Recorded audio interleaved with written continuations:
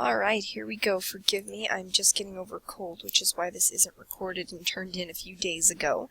But here we go with assignment 1 for the class. This is Heather Bingman, and I went ahead and created a Prezi demonstration, so we'll give this a go. Just gotta get everything set up. Oh, come on, buddy, you can do it. Here we go. Alright, so I am focusing on a mocked up in-service, focusing on language accessibility and discrimination. We're going to talk about legal and ethical requirements of ELL and ESL student assessment. So we'll do a brief revisitation of a few main topics. So federal law began to dictate the role of special education in the early 1970s. There were some basic movements beforehand, mostly within specific school districts, but countrywide, federal law didn't really start addressing the needs of these special individuals until the early 70s. Moving on, we have a series of important legal actions, and I would review these with my coworkers just to make sure that they had an idea of where we were going. Starting off with Brown versus the Board of Education, this essentially was challenging the idea of separate but equal, and making it clear, you know, you can have separate, but chances are pretty darn good they're not going to be equal. And then moving on to Hobson versus Hansen, this is what talking about, this is the first one that in my opinion really hits specifically on testing. It's talking about the fact that tests that were being used to assess the abilities of minority groups were normed on white middle-class children, and obviously this discriminated against other groups. Moving on to Park versus the Commonwealth of Pennsylvania, it became one of the more impactful ones, and it talked about provision of services in special education. It was brought by parents who had children with mental disabilities, and they didn't like that their children were being taught in separate schools because of the disability. They wanted to discuss due process, you know, making sure that the kids were evaluated and treated fairly before they were labeled, and that they had warranted the special treatment they were being given, and special not in the good way that it is today. Moving on to Mills and the Board of Education, 1972. This dealt with children with behavioral disorders who had been suspended, transferred, expelled, reassigned, again without due process. They wanted to make sure that kids with disorders were not being denied the same rights and processes that neurotypical and behaviorally typical students were dealing with. So basically, just because your student has a history of being a little high-strung or problematic in class in some way doesn't mean that the principal can essentially lose their temper and kick your kid out. None of us would like that. Oh, did I totally skip one? I skipped Diana. Diana versus the Board of Education. This one is actually really important, too, because this is a huge part of what we're hitting on today. And this was Diana. It was on behalf of 9 Mexican-American students. The students were placed in special education classrooms again, and this harkens back to, oh, goodness. Anyway, this one goes on to intelligence tests that were given in English to students whose native language was not English. So, of course, these students weren't just being assessed for intelligence at that point. They were being assessed for cultural understanding and language proficiency, which is not an accurate test of whether or not they are mentally proficient within the school. So, bouncing back, we're moving on to Section 504 now, which is also known as the Rehabilitation Act of 1973. It was the first law to guarantee civil rights to persons with disabilities. Really, this is just one of the fundamental ones. I'd go over this with my peers a little bit more thoroughly, but we both know what we're talking about, making sure that individuals with special needs actually have a right to live like regular human beings to the full extent of their abilities. Moving on just a moment, sorry. We have Education of All Handicapped Children's Act. And this one here, oh goodness, here we go, 1975. It protected under the 14th Amendment of the Constitution, it required reading for anyone in special education. It's required reading for anyone with special education, according to our text. I really liked that one.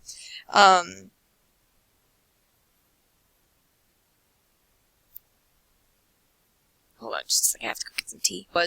The basic premise of the law was to provide a free and public education to students with disabilities in the schools while providing the related services. Again, that's a direct quote from our textbook. What we're dealing with is that students should be able to attend, we don't want separate but equal schools somewhere. They should be able to attend the same schools as their peers and receive services that allow them to access education. So this is the basis of if a student is able to participate in the class with accommodation, that accommodation needs to be provided so that that student can enjoy the same access to education as their peers. Next, we have Larry P. versus Riles. This is very similar to the one we discussed previously, Diana versus the Board of Education, which dealt with the testing of Mexican-American students. This one is very similar, main difference being that the plaintiff was African-American. Again, talking about language understanding and hugely about cultural understanding, that these IQ tests had been standardized on a population that did not really represent minority students.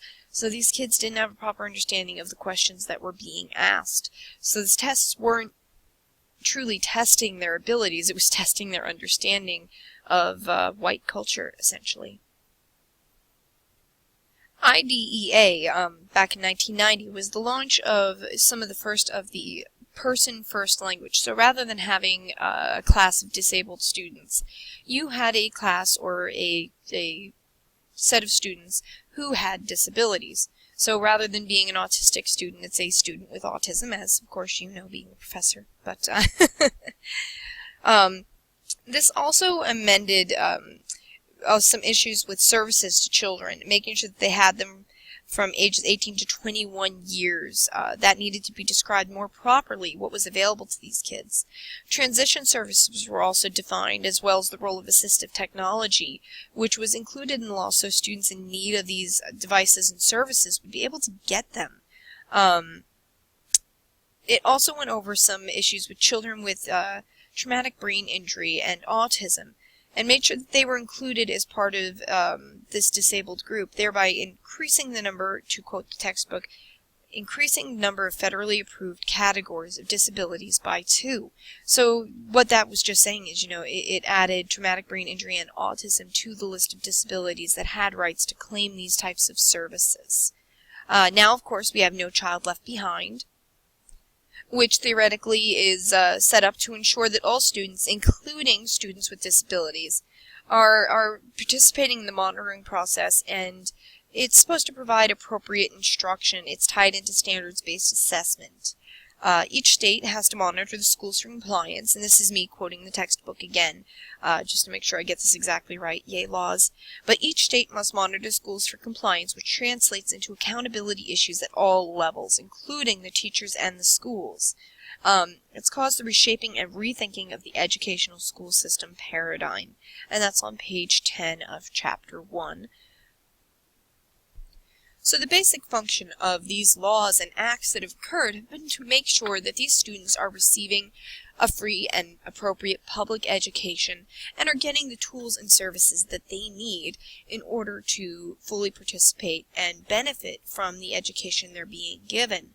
Now, personally, I'm going to focus on ESL and ELL students for the rest of this presentation because there's a lot going on right now in society regarding this sort of endangered group right now.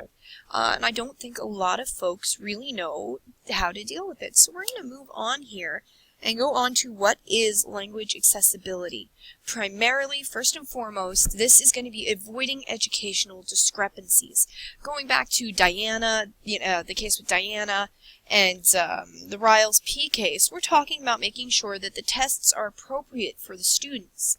You can't expect a student who's being tested for perhaps an educational delay to also have knowledge of a second language so proficiently that they can take a often technical and complicated test in this.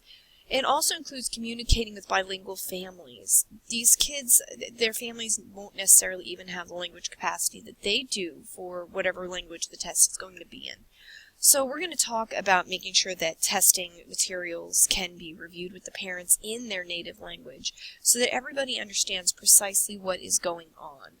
We're also going to talk about modeling interactions with ELL and ESL learners in the classroom to make appropriate examples for other students that these kids will be interacting with. I won't go over this fully, but you can check out this video if you want to. It's absolutely brilliant, and I would be watching probably about the first 3 to 4 minutes. There's an excellent section at 1 minute and 58 seconds where it talks about the importance of these children not being separated out from their peers, because once they have a basic understanding of the English language, they're intermediate communicators, they have to be able to communicate with other students of various language capabilities in order to increase their own vocabulary and understanding. Really neat 6-part video series that I would probably try to send out ahead of time for my peers to watch so they could review them prior to the review. It has a nice little quote over here by Rebecca Green, who was involved in the making of this series. Again, you can just look that over really quick, but it talks about the double challenge that these kids are facing, where not only are they trying to address the academic content that their peers are dealing with, but they're also trying to do this in an entirely new language, which leads more into the discussion of making sure that the testing is appropriate, even for students who are not receiving any other special education services beyond language learning, because these kids need their test in their native language if it's going to really reflect on them academically. Considerations. Now, reading materials. All materials, now I have a citation for some of this list at the end here, but reading materials are a big one. Students really should have everything available in both languages. They also should be able to be read aloud too if they're having trouble with reading comprehension. This is a critical part of learning the language. You can read it aloud and then they can go back and review the actual physical test.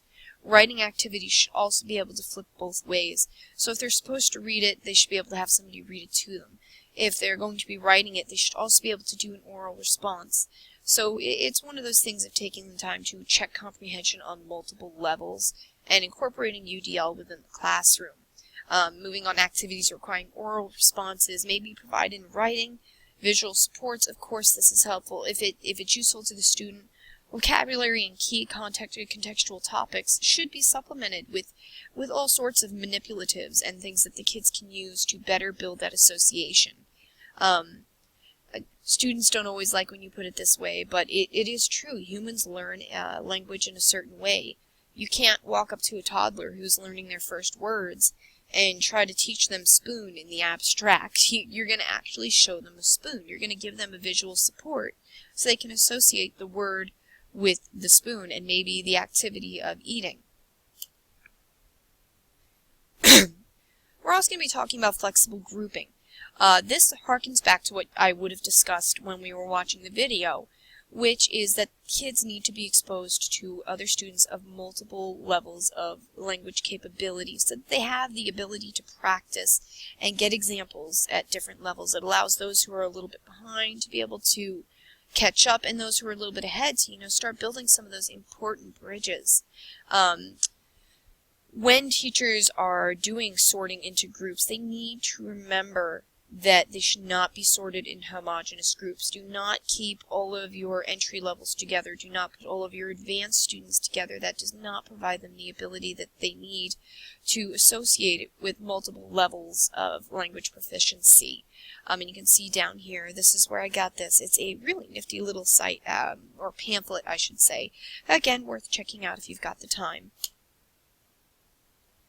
Keeping testing fair and legal. Now this, I would want my folks to recall Diana versus the Board of Education, Larry P. Riles. Again, just two incredible cases, and it still baffles me that these are so recent in our history, really.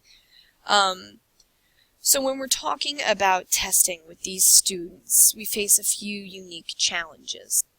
We really don't want to focus on tests that are not in the student's native language. Additionally, even tests that have been translated, we have to be careful of those translations because just because a test has been translated into